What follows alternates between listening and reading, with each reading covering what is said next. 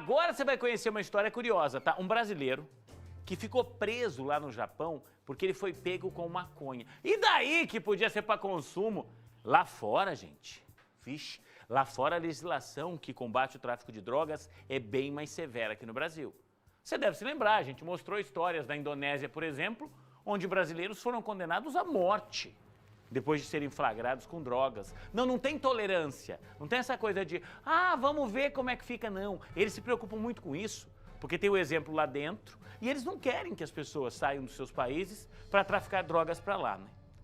Esse brasileiro foi solto agora, hein? Nasceu de novo, literalmente. E você vai entender um pouquinho de como era a rotina dele numa cadeia japonesa, onde o negócio é bravo, tá? Vamos ver.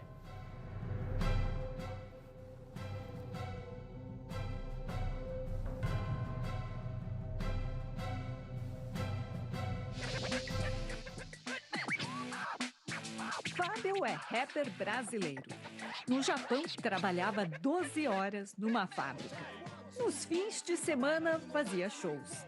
Até que um dia, foi preso por causa de um cigarro de maconha. 7 meses. Ele entrou em um dos sistemas penitenciários mais duros e rigorosos do planeta. Como se fosse um quartel militarista. Um desafio principalmente para quem é de fora do país. Tive alguns problemas na cela, pois alguns japoneses não suportam conviver com estrangeiros. Um lugar fácil de entrar. Quantas vezes você viu um juiz declarar o réu como inocente? Assim, diretamente, nenhuma vez. E de onde algumas pessoas só saem mortas. É que no Japão existe a pena de morte. Nascido no Brasil, Fábio chegou no Japão com a família. Eu fui com 15 anos para lá. Os Mesquita foram morar em Yokohama, na região metropolitana de Tóquio. Vários grupos de dança em frente aos espelhos lá, treinando os passes, uns fazendo grafite. E foi um baque para mim. Eu falei, nossa, tô no céu. Não demorou, o menino brasileiro estava entrosado. Começou a fazer letras de rap. Fui pegando amizade e frequentando sempre as casas noturnas lá. E quando eu me deparei, estava cantando. Fábio virou o MC-Q, que em português seria MC9.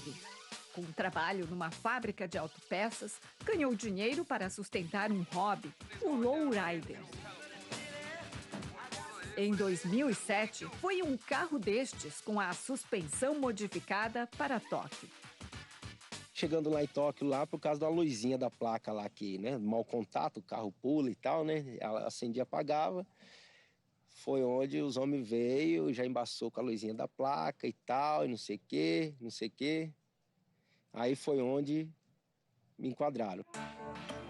Acharam a droga no carro. Condenado, o MC acabou em um dos maiores presídios da capital japonesa. É o presídio de segurança máxima do Japão ali. Eu fiquei de cara, que nem hospital não tem a tecnologia que o presídio tem, né? O complexo é localizado numa área estratégica de Tóquio. De um lado, o rio Arakawa. De outro, prédios do governo. Luiz é brasileiro e há 25 anos atua como intérprete da justiça japonesa. Ele ajuda os presos que não sabem falar o japonês, principalmente nos tribunais de júri. Não é permitido, em alguns casos, né, nenhum contato que não seja com o advogado ou com o corpo diplomático se for estrangeiro. Então a pessoa se sente abandonada, não sabe o que está acontecendo, né? Às vezes entra em pânico. O trabalho dele é um dos itens que fazem o custo de um presidiário brasileiro por ano ser um pouco maior que o de um japonês. Um detento custa 5 milhões e 37 mil ienes. O estrangeiro, esse valor, ele salta para 5 milhões e 400 mil ienes. Segundo o relatório anual de 2021 da Agência Nacional de Polícia, os sistemas penitenciários do Japão abrigam atualmente 46 mil detentos. Desses, 751 são estrangeiros, incluindo aí 58 brasileiros, 72 vietnamitas e 89 chineses. Este advogado brasileiro, especialista em direito japonês, conta que o sistema penitenciário nipônico começou a ser debatido no mundo depois que Carlos Ghosn, ex-presidente de uma fábrica de carros, foi preso por fraudes financeiras no Japão. E daí fugiu de uma forma aí espetacular, né? Então ele escreveu um livro reclamando que o interrogatório dele durava 8 horas por dia. Era uma tortura, digamos, psicológica. Rogério já perdeu as contas de quantas vezes chorou com as histórias contadas por... Mandam as cartas. Nas cartas, os presos revelam um pouco do que acontece nos presídios japoneses.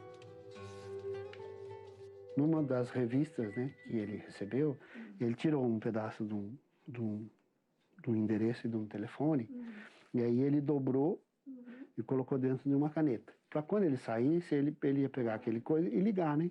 E aí eles descobriram. E aí colocaram ele no castigo. E o castigo era ele sentar numa sala. Não à vontade, mas assim, com o joelho dobrado, né? Com as mãos nos joelhos e levantar uma vez na manhã para ir fazer xixi ou para ir no banheiro, né? Eu, pessoalmente, eu não consigo fazer isso, né? Almoçava, sentava de novo e lá pelas 3 horas ele ia mais uma vez voltar para cá. Eram 7 dias. Enquanto esperam pela investigação dos casos, a maioria dos presos no Japão fica em celas individuais como essas de 6 metros quadrados. Cada quarto tem um banheiro, pia e cobertores para dormir. Todos recebem 3 refeições por dia. E são cuidados por 800 funcionários que zelam pela organização, alimentação e vigilância. Kyu ficou numa cela com outros 5 presos. Ela não tem grade, ela é um vidro bem grosso mesmo, porque quando a gente entra lá, eles dão uma cartilha para você ler como funciona, como é o sistema de lá e tal. E eu vi lá que estava escrito que é quase 5 centímetros o vidro, e se ele vir espatifar, ele vira areia, justamente já para não causar rebelião, né? Não virar uma arma. E ele aguenta até 10.0 na escala Richter, ou seja, pode dar o terremoto que for, cai tudo, menos esse presídio. A rotina é seguida à risca. Era 6 horas da manhã, tocava um sinal. Desse sinal a gente já pulava, já dobrava os cobertores. Era 15 minutos para a gente fazer a limpeza, desde lavar o banheiro, fazer a limpeza total, organizar, já arrumar a mesa para receber o café da manhã e já ficar ajoelhado ali em ordem, né? Em ordem para fazer a contagem. Banho é raro. É uma vez a cada 5 dias.